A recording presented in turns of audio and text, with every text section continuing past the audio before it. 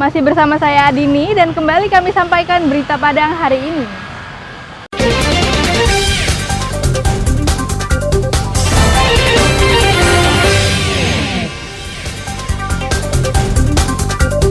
Keluarga berharap jasad Ihsan segera ditemukan.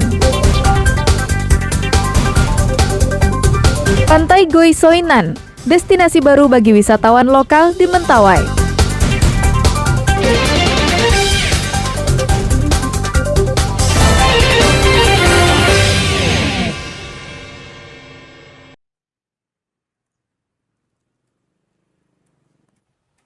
Meski gempa yang memporak-porandakan Pasaman dan Pasaman Barat telah 4 bulan berlalu, namun duka yang dirasakan warga belum juga hilang. Hingga kini, mereka masih merasakan kepedihan karena banyak di antara mereka yang kehilangan tempat tinggal. Duka tersebut belum terobati karena bantuan hunian tetap yang dijanjikan pemerintah belum juga jelas wujudnya.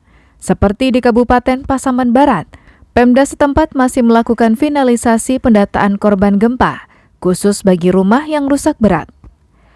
Ada sejumlah prosedur dan syarat-syarat yang mesti dipenuhi oleh warga korban gempa untuk mendapatkan bantuan hunian tetap dari pemerintah pusat. Bantuan tersebut berupa pembangunan kembali rumah mereka yang rusak berat, di lokasi semula dengan anggaran 50 juta rupiah per unit. Pemerintah pusat melalui Badan Nasional Penanggulangan Bencana akan membangunkan kembali rumah tipe 36 dengan standar ramah gempa. Rusak berat adalah menjadi kewenangan BNPB pusat, di mana nanti lahan untuk membangunnya disediakan masyarakat. Berarti kita tetap di lokasi itu karena penanganannya berdasarkan in situ, tetap di lokasi di rumah yang rusak itu. Berarti kategori rusak berat itu berarti pondasinya sudah tidak aman untuk ditempati, sehingga dia harus dibangun baru dengan nanti keluarannya atau hasilnya rumah tipe 36 dengan memenuhi standar tahan gempa atau aman gempa.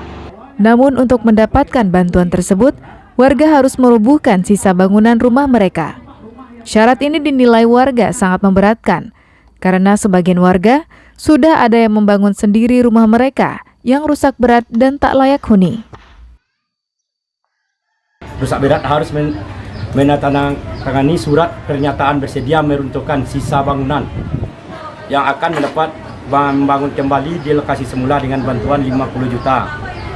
Belum bisa dipastikan bantuan berupa uang atau berupa benda atau bahan bangunan yang lainnya. Itu sangat merugikan bagi kami masyarakat.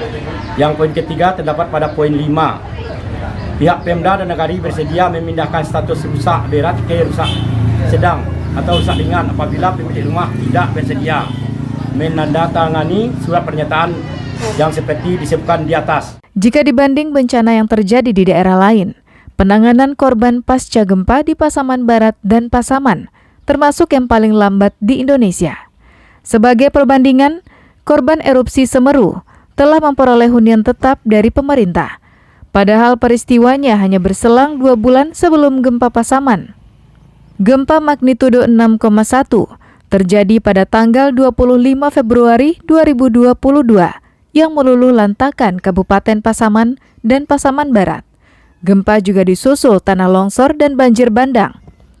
Rentetan peristiwa ini menyebabkan 1.400 rumah rusak berat, 1.080 rumah rusak sedang, dan 2.200 rumah lainnya mengalami rusak ringan. Sementara korban jiwa berjumlah 19 orang di kedua kabupaten tersebut.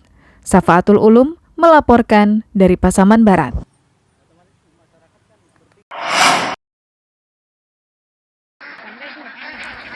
Ulat belatung atau maggot dianggap binatang yang menjijikan karena hidup di tempat-tempat kotor.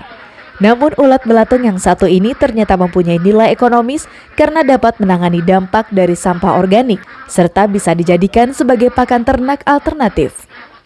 Seperti yang dilakukan oleh Gus Henry, salah seorang warga di Kelurahan Tanah Garam, Kecamatan Lubuk Sikara, Kota Solo ini, yang telah membudidayakan belatung atau maggot di belakang pekarangan rumahnya.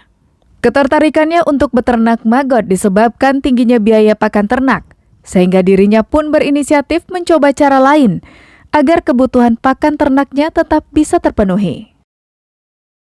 Menurut Gus Henry, budidaya maggot ini pun cukup mudah karena dilakukan dengan cara mengumpulkan sampah-sampah organik yang didiamkan di sebuah tempat penampungan yang tertutup terpal. Kemudian dari sampah tersebut akan muncul ulat atau maggot. Maggot sangat cocok sebagai pakan alternatif bagi ternak seperti unggas dan ikan karena memiliki kandungan protein yang tinggi.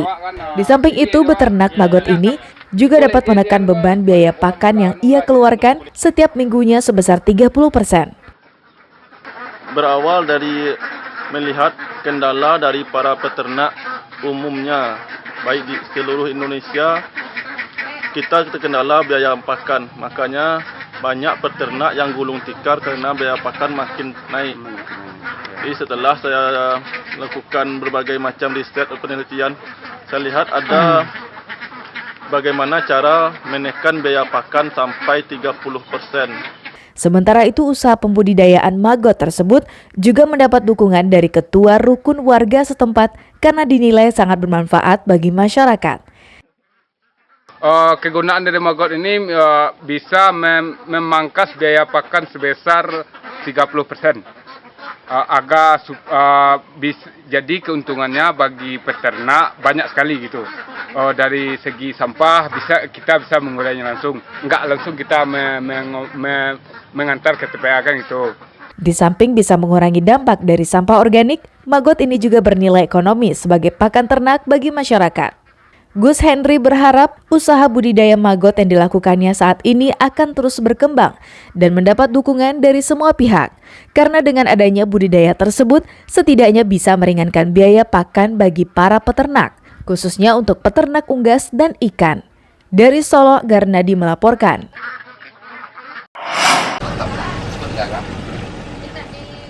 Pantai Goisoinan terletak di Desa Goisoinan, Kecamatan Sipora Selatan, Kabupaten Kepulauan Mentawai.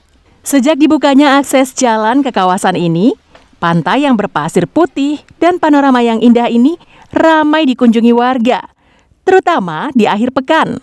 Terdapat sejumlah gazebo tempat wisatawan bisa menghabiskan waktu, menikmati pemandangan, dan sejuknya hembusan angin laut.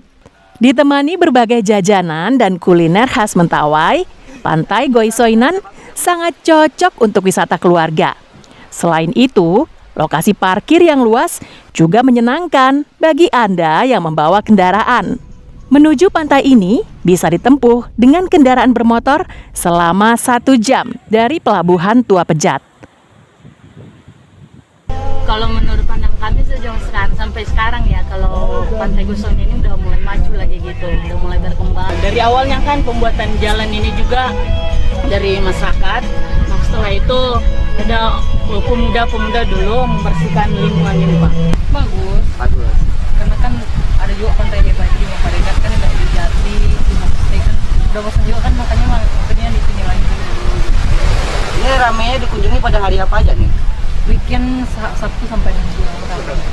Dibukanya objek wisata baru ini menjadi bukti jika pembangunan infrastruktur jalan dan jembatan mempunyai pengaruh yang sangat signifikan terhadap perkembangan sebuah daerah. Sebelum adanya jalan yang menghubungkan Tua Pejat dengan Pantai Goisoinan, sebagian besar warga Mentawai hanya pernah mendengar namanya saja. Namun kini, warga bisa dengan mudah berwisata ke tempat itu. Beni Eka Putra melaporkan dari Mentawai. Pemirsa, demikianlah perjumpaan kita dalam Berita Padang hari ini. Saya Adini dan tim redaksi yang bertugas pamit undur diri. Selamat beraktivitas dan sampai jumpa.